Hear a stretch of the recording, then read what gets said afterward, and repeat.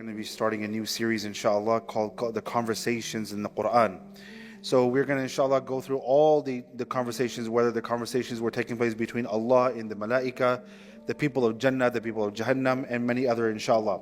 Today we're going to take the very first conversation that takes place in the Quran, and that is the conversation that takes place between Allah and the angels. Now, before this conversation starts, if you read Surah Al-Baqarah begins with Allah subhanahu wa ta'ala talking about Iman and the three groups of people. The people who are believers, the people who are the munafiqun, and those who are the kuffar. After that, Allah subhanahu wa ta'ala talks about His creation. And at the end of that passage, Allah says something very interesting. He says, ثُمَّ يُمِيتُكُمْ ثُمَّ يُحْيِيكُمْ ثُمَّ إِلَيْهِ تُرْجَعُونَ. Allah says that you all were dead. There was nothing that did exist. ثُمَّ يُحْيِيكُمْ. Then Allah brought things alive. Allah subhanahu wa ta'ala brought things to life. ثُمَّ إِلَيْهِ تُرْجَعُونَ. Then they will be returned to Allah subhanahu wa ta'ala. The question is, what is that one thing that Allah subhanahu wa ta'ala gave life to? Right after that, Allah mentions the creation of the human race. So you see that there's a connection here. The ulama, they state that why is it Allah subhanahu wa ta'ala, we find in the Quran so many different stories that Allah wanted to do something, He wanted to create something. Never would He ask others about what He wanted to do. Why is it that He went to the Malaika and He said that this is what I'm thinking to do? First of all is that if anyone has this idea that Allah cannot do something without the consultation of the Malaika and without their input, then this is a blasphemous comment or even a blasphemous idea to think about Allah subhanahu wa ta'ala. Allah does not need anyone's approval. Allah does not need to make mashwara with anyone before He does something. But the ulama, they state something very interesting. And that is that the reason why perhaps Allah wanted this conversation to take place was because Allah wanted to show and Allah wanted the Malaika to understand that how valuable the human race is and how honorable they are, because in all the stories of the Anbiya, who was the one that Allah would send to the Anbiya? It was the angels. So if the angels have a very negative perception about the human beings or what they are and what they do, then they perhaps would impact their kind of work when they came to the human beings. Because they are the ones who are going to interact with the human beings. They're going to do things, carrying out the orders of Allah that are related to the human beings. Allah wanted to create a situation where they will get a demonstration that who are the human beings, and that is why this conversation took place. The conversation begins with Allah telling the Malaika, Inni ja'ilun fil ardi Khalifa. I intend to create a Khalifa. A Khalifa means a generation, one that comes after another. Hence we call them Khulafa'ur Rashidin. One Khalifa coming after another Khalifa. Some ulama, they say that Khalifa is in reference to progenies and generations. You have a generation. And as some people, they say that after every 40 years, there is a generational shift that takes place. So there are shifts that take place and there is a Khalifa. There are, meaning that there are people who come after another. Generations that come one after another. Likewise, another meaning of Khalifa is a group of people that will establish the orders of Allah on the face of this earth. So Allah says, this is my intention. The Malaika, they said, قَالُوا أَتَجْعَلُ فِينَا مَنْ يُفْسِدُ فِيهَا وَيَسْفِكُ الدِّمَاءِ. If the purpose is to serve Allah, then we're doing that. We are doing the tasbih of Allah. We are glorifying Allah. We're carrying out the orders of Allah. If this is the reality and this is the purpose, we're doing this. What is the need to create another creation? And what will this creation do? أَتَجْعَلُ فِيهَا مَنْ يُفْسِدُ فِيهَا وَيَفْسِكُ الدِّمَاءِ. They are going to spread chaos on earth. They will commit bloodshed. And why and how do the Malaika know about this? Because the jinns were already on the face of this earth. And they were doing the same exact things. So the Malaika are simply asking a question to Allah. They're not objecting to Allah, rather just asking a simple question that if the purpose is to carry out your orders and is your obedience, then what is the purpose behind this? To which Allah said, Inni a'lamu ma la ta'lamun. You don't understand or you don't know what I know. Inni a'lamu, I know, ma la ta'lamun, something that you are not aware of. Then Allah said, وَعَلَّمَ آدَمَ الْأَسْمَاءَ كُلَّهَا. He taught Adam alayhi salam the names of everything. Now the ulama, they say that when Allah says كُلَّهَا, it actually means kullaha, meaning that Allah taught the names and the names of everything to Adam alayhi salam. ثُمَّ عَرَضَهُمْ عَلَى الْمَلَائِكَةِ. Then he presented Adam alayhi salam to the malaika, and then he says, أَنْبِئُونِي بِأَسْمَاءِ هَؤُلَاءِ إِن كُنْتُمْ صَادِقِينَ. At that time they said, Allah said to the angels, that tell me these names if you are truthful in your statement. Once again, they made a claim against a human being. So if you are truthful in your claim, tell me the names. They said, سُبْحَانَكَ لَا عِلْمَ لَنَا إِلَّا مَا عَلَّمْتَنَا. We do not have knowledge except for what you have given us. إِنَّكَ أَنْتَ عَلِيمٌ حَكِيمٌ. And you are the one who is the most knowledgeable and the most wise. Knowledgeable in the sense that Allah gives knowledge to whoever He wants, and Hakim is that He is most wise in what decisions Allah makes. Then Allah says, قَالَ يَا آدَمُ أَنْبِئْهُمْ بِأَسْمَائِهِمْ. Give them the names of everything. فَلَمَّا أَنْبَأَهُمْ بِأَسْمَائِهِمْ. When Adam alayhi salam mentioned all the names, they said, قَالَ أَلَمْ أَقُلْ لَكُمْ إِنِّي أَعْلَمُ غَيْبَ السَّمَاوَاتِ. Allah said to the malaika, قال ألم أقل لكم, did I not tell you, إني أعلم غيب السماوات والأرض وأعلم ما تبدون وما كنتم تكتمون. Did I not tell you that I have the knowledge of the unseen, and what I hide and what I expose, all of that is in my knowledge. At that time Allah subhanahu wa ta'ala, He said, وَإِذْ قُلْنَا لِلْمَلَائِكَةِ اسْجُدُوا لِآدَمَ فَسَجَدُوا إِلَّا إِبْلِيسَ. At that time Allah gave the order to all the malaika to drop down in sujood to Adam alayhi salam. All the angels, they did, except for Iblis. Aba wastakbara wa kana min al-kafirin. This is where the story ends in Surah Al-Baqarah. Now, after this, Allah does mention about Adam alayhi salam coming on the face of this earth. But I want to go back to the conversation, and there are some interesting points to understand here from this conversation.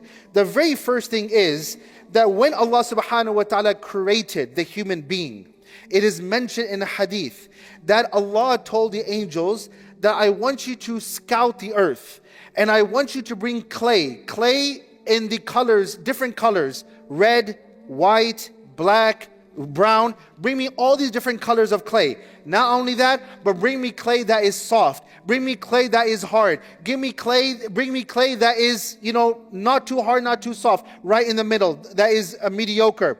And the ulama, they say that the reason why we today are human beings and we all are different in terms of our temperament is because of the clay that was brought to Allah subhanahu wa ta'ala. Just like there is hard clay, there are people who have a very hard personality. Just like there is soft clay, there are people who have a very soft personality, and likewise. So this is the creation of the human race. The second thing is that Allah subhanahu wa ta'ala is telling the malaika, Inni a'lamu ma la ta'lamun. Now think about this. The malaika are giving a simple logic. Are they true in their logic based on their understanding? Not Allah's understanding, based on their understanding. They're making a logical argument to Allah. Why would you want to do something if the purpose is to serve you? And Allah is saying, I know what you do not know. From this, the ulama, they say that something we can learn from this statement is that everything that happens in this dunya, no matter how logically we may have an argument, we may ask, Ya Allah, why is this happening to the people of Gaza? Why is this happening to the people of India? Why is there so much dhulm? There are people, and especially atheists, who bring this argument all the time. Why is there evil on earth, right? They bring this argument all the time. Once again, Inni a'lamu ma la ta'lamun. Allah is telling, no matter how much you think you know, just like He's telling the angels, no matter how much you think you know, there are things that I'm aware of and you're not aware of. And this is where we have to put our trust in the knowledge of Allah subhanahu wa ta'ala. Another explanation given by the ulama, they say, is that this ayah of the Quran falls in line with the hadith that is found in Sahih Muslim. There's a hadith found in Sahih Muslim that the malaika, they have shifts, and they go to Allah subhanahu wa ta'ala. So there's a hadith that says that the malaika, they came to Allah subhanahu wa ta'ala, and Allah, knowing the full reality, He asked, how did you find, or how did you leave my slave? The angels, they are saying that we came to them in the morning time and they were praying salat. We left from them in the evening and they were still engaged in salat. To which the ulama, they say, this is the idea of inni a'lamu ma la ta'lamun. Allah knows that within this ummah there's prophets. Within this ummah, within this human race, there's going to be messengers. Within this human race, there are going to be people who care for others. There are people who look after others. There are people who are going to be close to Allah subhanahu wa ta'ala. Not everyone is going to be corrupt. Yes, the majority are corrupt. There's no question of that. The majority are corrupt, but there are still a handful of people who do worship Allah and who do carry out the orders of Allah. So when they leave the human being in the state of salat and they come to the human being in the state of salat, this is when Allah says, Inni a'lamu ma la ta'lamun. Another interesting tafsir I found of this ayah is that Allah is telling the malaika, Inni a'lamu ma la ta'lamun, not in reference to the human being. Though this is not a very popular opinion, but I found this opinion that Allah is in reference or is referencing to shaitan here. Inni a'lamu ma la ta'lamun. He's telling the malaika, you think that this jinn who is coming and staying with you and he is so pious and so forth, you think that he is so elevated? Inni a'lamu ma la ta'lamun. I know something about him that you're not aware of. I know his flaws. Though you may want to elevate his strengths, but I know exactly who he is. Another interesting point here is, from this ayah, the ulama, they say, is that this is Allah's practical demonstration of telling them and teaching them something interesting. Because see, I shared this last week with you very briefly. There are many purposes for all these conversations in the Quran. Sometimes Allah wants to teach the malaika that He knows something that they are not aware of, and the value of the human race. So when Allah is telling them this, He could have just said, I know more than you. Simple as that. But Allah subhanahu wa ta'ala is giving them a practical demonstration that the reason why I'm saying this is that then He created Adam alayhi salam. So they say from this that this is a teaching technique. Whenever you share something with someone, try to give a practical demonstration so that people understand this. The last point I will share with you from these ayat are the value of knowledge. Allah subhanahu wa ta'ala gave Adam alayhi salam a very prosperous rank. Why? Because of the ilm that Allah gave to Adam alayhi salam. وَعَلَّمَ آدَمَ الْأَسْمَاءَ كُلَّهَا. He knew more than the angels they did at that time. In front of Allah subhanahu wa ta'ala, Allah created this situation. But the ulama, they say, from this ayah we understand that the human race has a very high rank because of the intellect that Allah has given them. When you compare insan to even jinns have physical energy. They are physically more powerful than the human being. There's no question about that. But when it comes to pure intellect, there's no doubt in the fact that human beings, the insan, in terms of intellect, they are superior than the jinn. When it comes to physicality, the jinn are superior. But in terms of intellect, the human being is superior. And this is why the very first revelation that came into this ummah was what? اقرأ باسم ربك الذي خلق. There is such, and I talked about this one time in my khutbah, there is such a lack of intellect today in our own community. There is a lack of pushing our youngsters and pushing our youth to attain a higher education. Education is something that is very important. And this is why Allah subhanahu wa ta'ala in Surah Ar-Rahman, what did He say? He says, Ar-Rahman allama al-Quran. He taught the Quran. خَلَقَ الْإِنسَانَ عَلَّمَهُ الْبَيَانِ. He gave him the ability to speak and so forth. Knowledge in itself is something that is very prestigious and very honorable. And here the ulama, they say the fact that knowledge was that key criteria of showing Adam's superiority over the angels. And that is why we learn from this that when it comes to knowledge in itself is something that we all should attain. The last point, I promise when I say inshallah, this is the last point inshallah. If you really think about this, the angels, when they were created by Allah subhanahu wa ta'ala, they were created for one purpose. And that purpose is to carry out the orders of Allah. The haywan, the animals, on the other hand, they have been created by Allah subhanahu wa ta'ala, but they have been created only with one thing in life, and that is desires. That's all they do. fulfill their desires.